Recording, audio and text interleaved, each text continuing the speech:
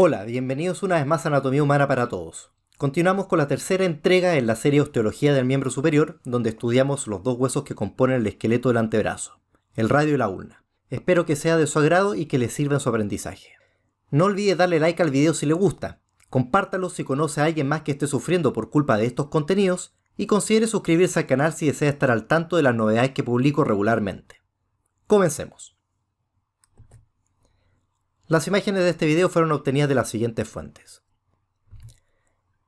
El esqueleto del antebrazo está constituido por dos huesos icónicos que son algo así como el Batman y Robin del miembro superior. 1. ¿Qué es lo que tiene la piel amarilla y escribe? Un plátano bolígrafo. Bien. El radio por lateral y la ulna, conocido también como cúbito, por medial. Ambos son huesos largos, por lo que presentan un cuerpo o diáfisis, extremidad superior o epífisis, y extremidad inferior o epífisis distal. Vamos a comenzar estudiando la ulna y en particular su diáfisis o cuerpo. De un modo similar a cuando revisamos el húmero, he decidido meter aquí una foto de un corte transversal del antebrazo para dejar claro las caras que presenta el cuerpo de la ulna. Aquí vamos a reconocer, una vez más, tres caras. Una cara anterior, una cara medial y una cara posterior. Esta última sería en verdad posterolateral si consideramos cómo está realmente orientada. Desde luego tenemos márgenes que separan estas caras entre sí. Un margen anterior, entre las caras anterior y medial, un margen interóseo o lateral, denominado así porque se enfrenta al radio y además presta inserción a la membrana interósea. Y finalmente un margen posterior que separa las caras medial y posterior. Este borde, si es que se fijan, es en estricto rigor posteromedial. Quedando claro la configuración general de la diáfisis, vamos a ver ahora con más detalle qué es lo que nos ofrecen estas caras en particular. Aquí tenemos al lado izquierdo de vuestras pantallas las caras anterior, medial y posterior respectivamente, solo para que las tengan de referencia durante la descripción. Comenzamos con la cara anterior.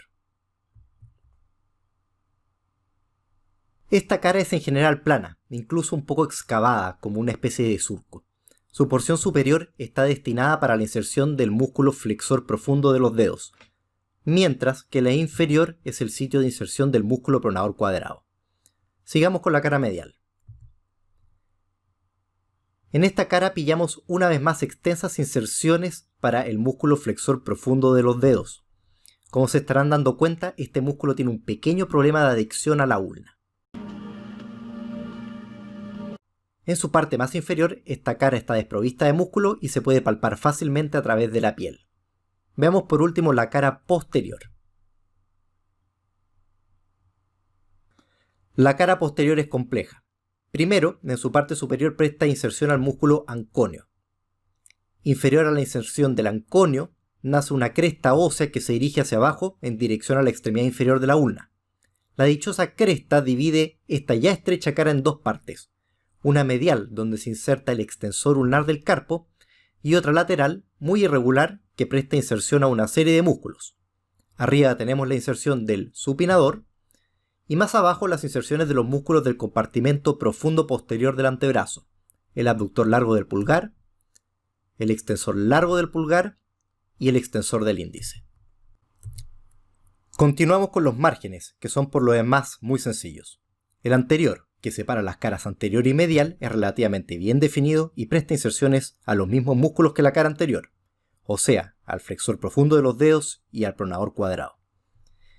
El borde medial, que más parece posteromedial, es sinuoso y presta inserción al flexor superficial del carpo arriba y al extensor ulnar del carpo abajo. El borde interóseo, que es lateral, sirve a la inserción de la membrana interósea que les mencionaba al iniciar el video. Superiormente se bifurca para rodear a la incisura radial situada en la extremidad superior. Espero que esté todo claro porque vamos a continuar con la extremidad superior. La ulna tiene una gran extremidad superior, compleja y muy accidentada.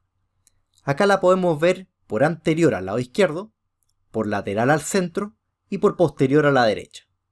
Lo primero que hay que destacar aquí es la superficie articular para la articulación del codo, denominada incisura troclear o cavidad sigmoidea mayor de los viejos anatomistas franceses. Esa es la superficie articular que se corresponde con la tróquea del húmero que vimos en el video pasado.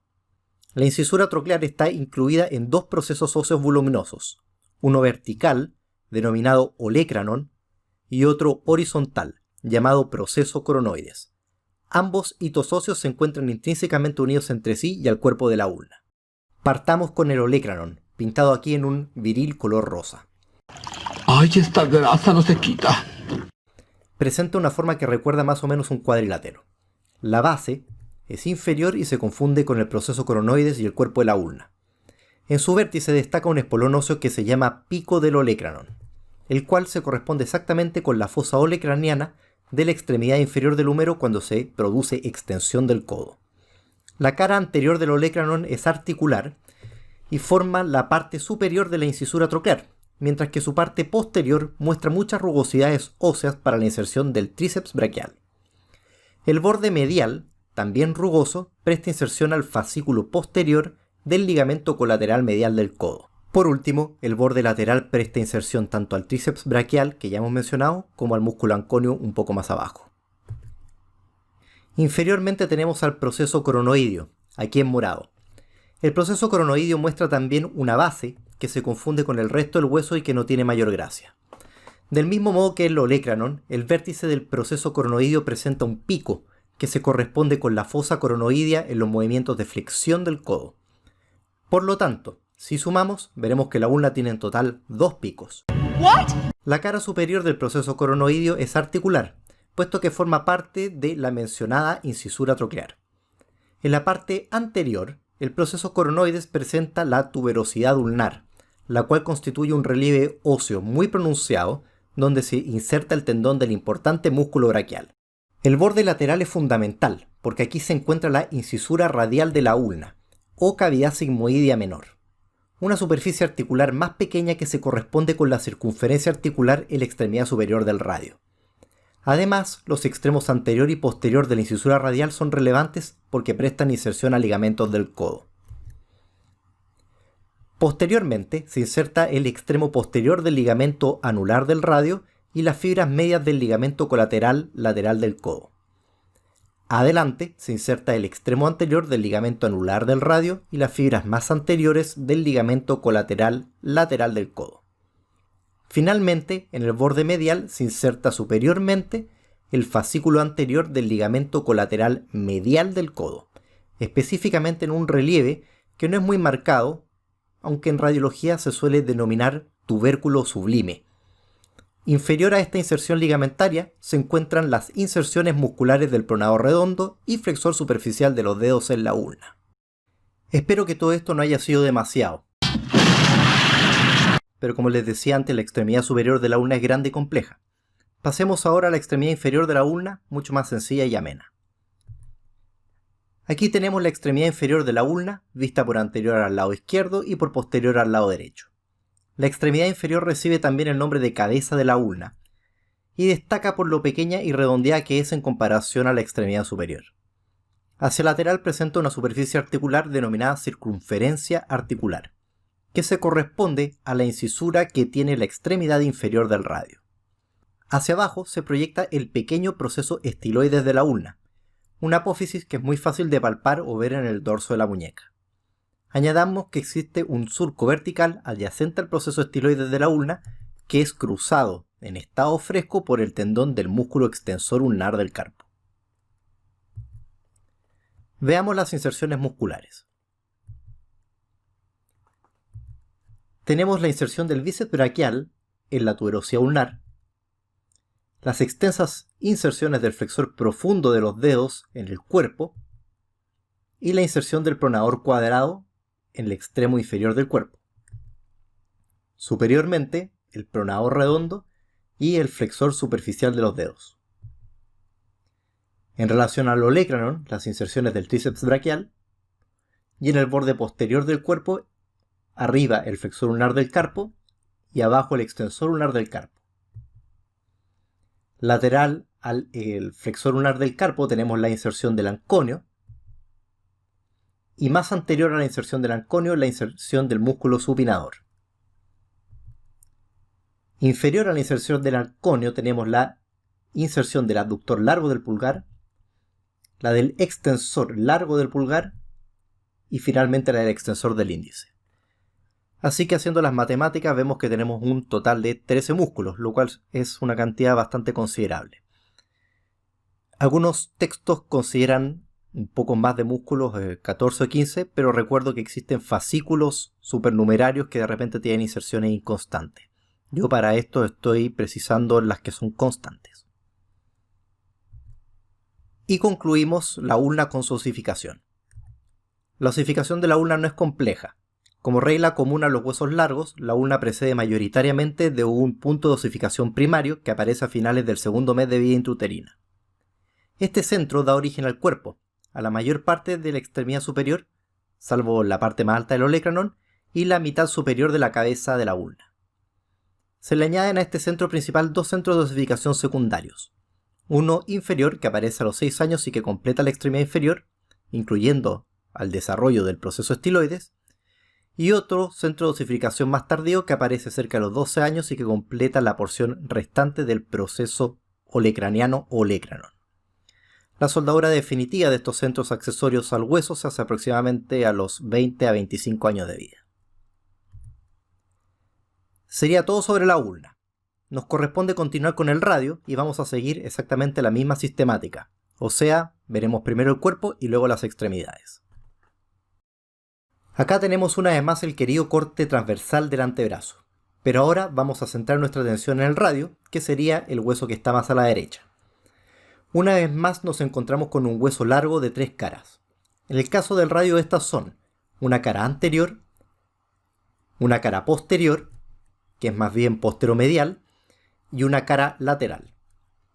Desde luego encontramos 3 bordes, uno anterior, que es casi lateral, y que separa la cara anterior de la cara lateral.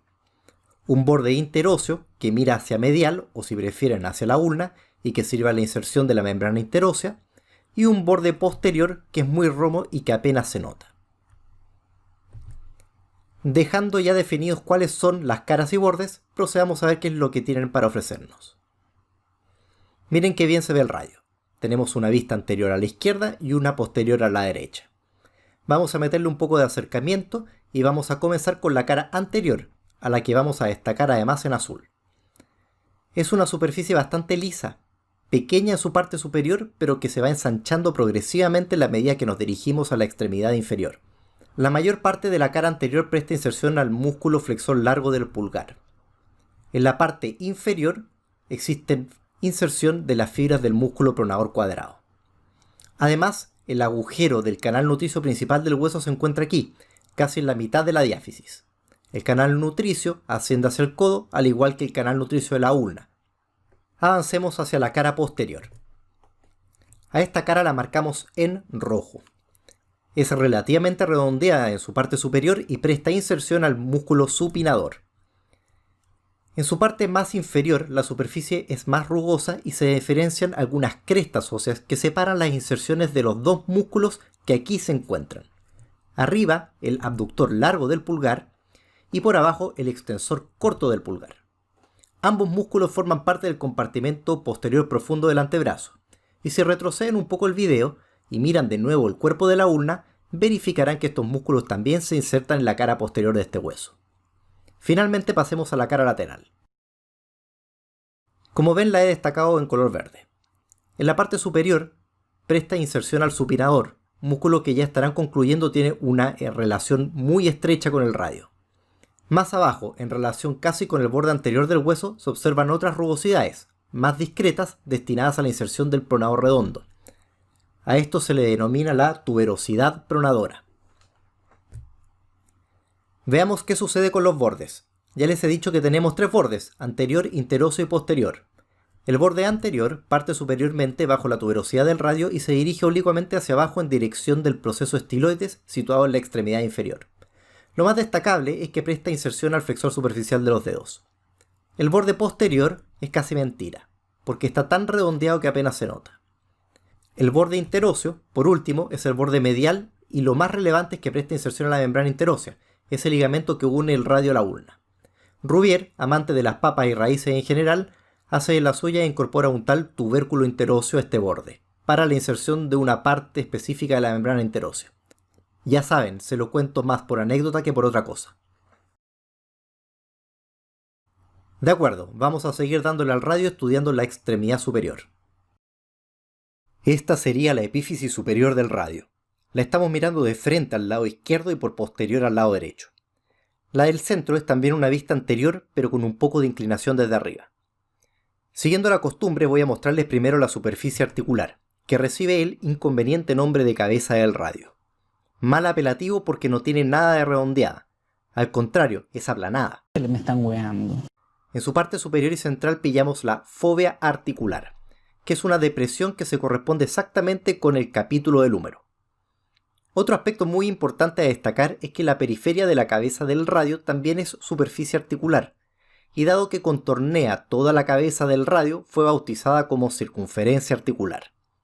Más abajo, la extremidad superior se continúa con el cuello, que mide aproximadamente 1 centímetro y que se continúa luego con la diáfisis. Para concluir con la extremidad superior, se debe mencionar a la tuberosidad radial, una prominente eminencia ósea que está destinada a la inserción del músculo bíceps braquial. Muy importante. Ahora veamos qué sucede con la extremidad inferior. Al contrario de la ulna, la extremidad más voluminosa del radio es la inferior. Es una superficie aplanada transversalmente y aquí la estamos visualizando anteriormente a la izquierda, posteriormente al centro e inferiormente a la derecha. La cara anterior es más bien simple y da inserción al músculo pronador cuadrado. La cara inferior es muy relevante puesto que es articular, específicamente destinada a 2 huesos del carpo. Si la miramos con más atención, saltará a nuestra vista que tiene una cresta transversal que la divide en 2 facetas, una lateral para el escafoides y otra medial para el semilunar. La cara medial también es articular y tiene continuidad con la cara articular que venimos de describir. La superficie recibe el nombre de incisura ulnar, puesto que articula con la cabeza de la ulna inferiormente. La cara posterior o dorsal, si lo prefiere, es la continuación inferior de la misma cara en el cuerpo del hueso. Aquí debemos señalar en primer lugar la existencia de un tubérculo que está en la parte más baja de esta superficie, adyacente a la cara lateral que veremos a continuación. Es el famoso tubérculo dorsal o tubérculo de Lister. Y puede ser palpado por la piel, aunque con algo de fuerza, y puede ser algo molesto. Además del tubérculo dorsal, debemos destacar 2 surcos verticales que pasan por medial. El primero de ellos, más cercano al tubérculo dorsal, se corresponde en estado fresco al tendón del músculo extensor largo del pulgar. El segundo, que es más extenso y medial, se relaciona con el paso de los tendones de los músculos extensor de los dedos y extensor del índice. Por último, antes que me abandonen, veamos la cara lateral. Esta es la continuación de la cara lateral del cuerpo del hueso. Lo que aquí más destaca lejos es el proceso estiloides, una apófisis alargada que es la parte que más desciende del hueso. Superior al proceso estiloides veremos 2 surcos verticales más. El más lateral obedece al cruce de los tendones de los músculos abductor largo del pulgar y extensor corto del pulgar. El surco medial se relaciona en estado fresco con los tendones de los músculos extensor radial largo y extensor radial corto. Ojo que todos estos surcos que les menciono no son puntos de inserción de músculos, son solo partes del hueso que son cruzados por sus tendones. Veamos las inserciones musculares. Las inserciones musculares. Ya hemos dicho que el supinador tiene una predilección especial por el radio, ya vemos la extensa superficie de inserción que tiene en este hueso. En la tuberosidad del radio, la inserción del bíceps braquial, muy importante. La pequeña superficie para la cabeza radial del flexor superficial de los dedos, inmediatamente inferior al supinador, en esta cresta que parece continuar hacia abajo la tuberosidad del radio. Otro músculo con una extensa inserción, en este caso a nivel del cuerpo, sería el flexor largo del pulgar. Y más abajo, el pronador cuadrado. Agregamos en el cuerpo, en relación a la cara posterior, la inserción del abductor largo del pulgar. Y abajo la del extensor corto del pulgar. En relación a la parte media del cuerpo y lateral tenemos la tuberosidad pronadora, donde se inserta el músculo pronador redondo. E inferiormente, en relación al proceso estiloide, en la extremidad inferior del radio tenemos la inserción del músculo braquiorradial, lo cual nos daría un total de 9 músculos. Inferior en este aspecto a lo que habíamos visto en la ulna, pero no deja de ser una cantidad bastante respetable de músculos. Y vamos a concluir todo esto viendo la osificación. Aquí vamos a ver cómo se conserva la regla de los huesos largos. O sea, existe un centro de osificación primario que aparece aproximadamente en el segundo mes de vida intrauterina. Este centro es el más importante y el que da origen a todo el cuerpo del hueso y parte de las extremidades. Adicionalmente tenemos 3 puntos de osificación secundarios, uno inferior que aparece cerca de los 3 años y 2 puntos de osificación accesorios superiores, uno para la cabeza del radio entre los 5 y 7 años y uno para la tuberosidad del radio que aparece cerca de los 15 años. En general, el desarrollo definitivo y la soldadura de estos centros secundarios al resto del cuerpo del hueso se produce entre los 20 y 25 años de edad. Conclusiones. El esqueleto del brazo está conformado por 2 huesos, la ulna por medial y el radio por lateral. Ambos huesos presentan un cuerpo y 2 extremidades. En las extremidades superiores observamos superficies articulares destinadas al húmero y que también sirven a la articulación proximal del radio con la ulna. Específicamente estaríamos pensando en la incisura radial de la ulna y la circunferencia articular en la cabeza del radio. En la extremidad inferior observamos superficies articulares destinadas a la articulación distal del radio con la ulna, la incisura ulnar del radio y la cabeza de la ulna. Además, el radio presenta una superficie articular para los huesos del carpo. La ulna no la presenta. Ambos huesos presentan abundantes hitos asociados a las inserciones de los músculos del antebrazo y de los ligamentos del codo y mano.